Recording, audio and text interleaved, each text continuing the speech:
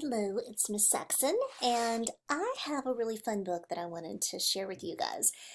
We talked about the dot this week, and that's a book by Peter Reynolds, and it's sort of the basis of Dot Day, which is something a lot of schools participate in. But I wanted to show you guys another art book. This is Art Appreciation from the Media Center, and this book is really fun. It's called When Pigasso Met Mootise. So there's a real artist named Pablo Pigasso, and there's a real artist named Henri Mootise. But this is sort of a play on words, and there's lots of good puns, there's lots of funny lines in this book. And I really love reading it, and I hope you guys enjoy it.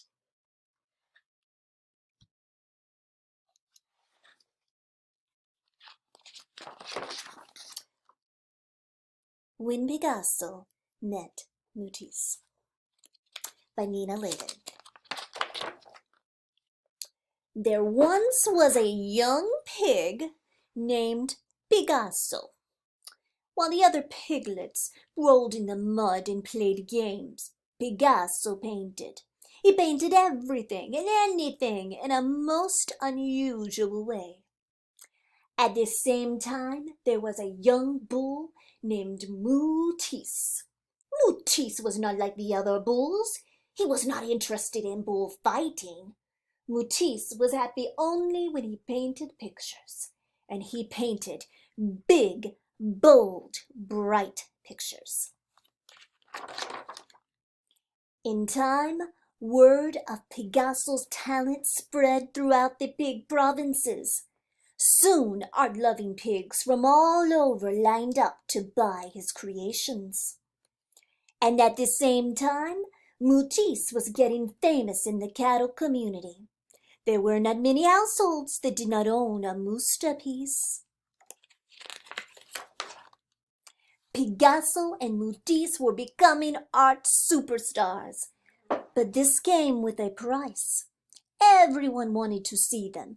Art buyers, art sellers, art students, art historians, art groupies. It was an art attack. One day Pigasso got fed up and said, "I am tired of this noisy pig pen." At the same time, Mootise declared, "I'm sick of this crowded cow town."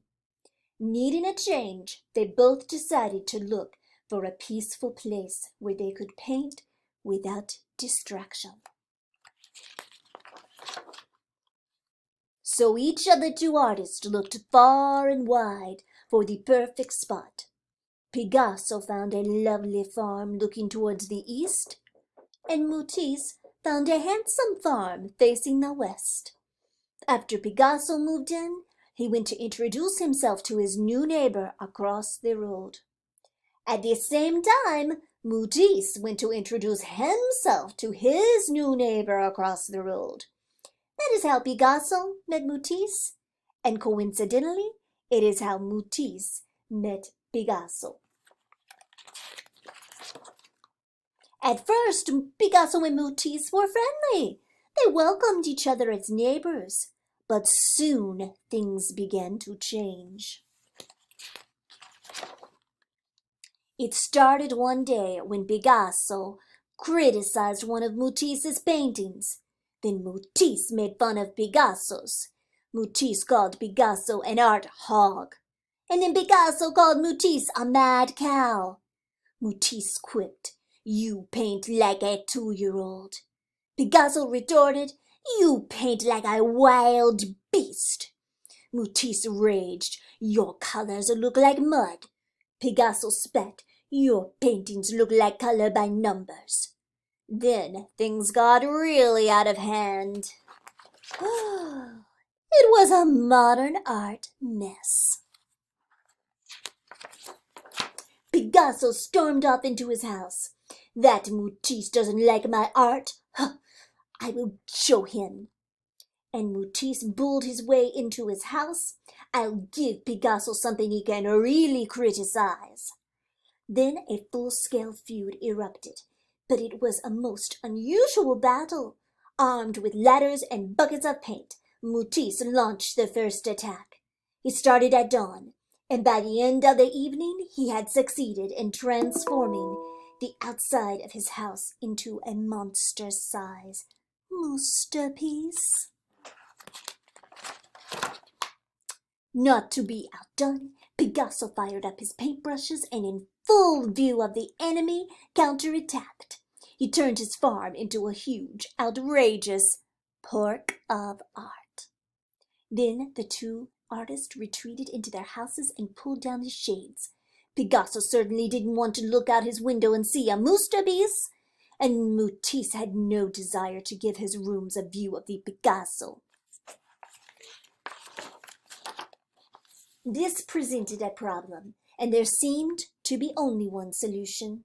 Without a word to each other, Pigasso and Mootise began to build a huge wooden fence down the middle of their road.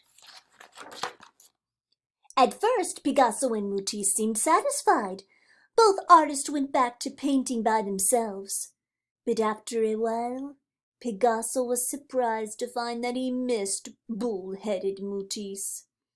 At the same time, Mootise found his studio empty without the presence of pig-headed Pigasso. Pigasso pondered that Mootise isn't such a bad artist. He has some interesting ideas. Mootise moaned that Pigasso may not paint like me, but he knows what he's doing.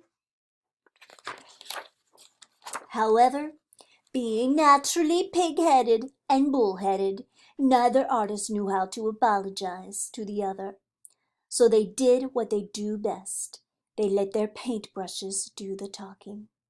Pigasso painted on one side of the fence and Mootise painted on the other. Each worked until they were exhausted. It was strangely quiet when they were done.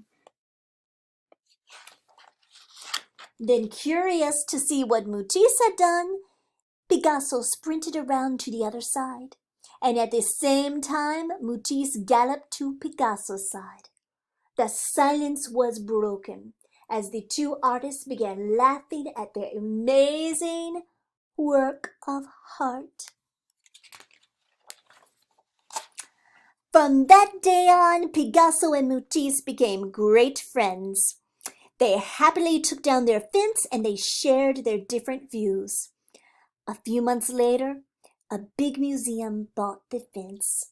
Pigasso called his side when Pigasso met Mootise, and Mootise called his side when Mootise met Pigasso. They both painted the same scene. The critics called it incredible. So, the moral of the story is we may have different styles, but we can still appreciate each other's talent. And sometimes when you want to apologize and it's hard to use the words, sometimes you can use your paintbrushes. Sometimes you can use your arms and give a hug. Sometimes you can make amends in more than one way.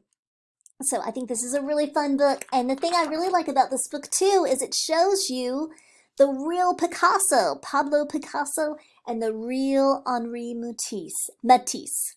And they both did really great art. They did different styles, but they both were famous in their own way. And I encourage you to take a look at the real works of art by these artists. I think they're both really great, and they both have their own sort of, like I said, they have their own styles, but they both have a lot of talent. And that's kind of like books. Like, there's so many different authors. Some of you may want to read fantasy books. Some of you may want to read fairy tales. Some of you may want to read action books. There's all kinds. And we try to encourage all of it because I want this library to be for you guys. It's not just for my taste, it's for everybody. So I hope you enjoyed the book, and I will see you next time in Media Specials.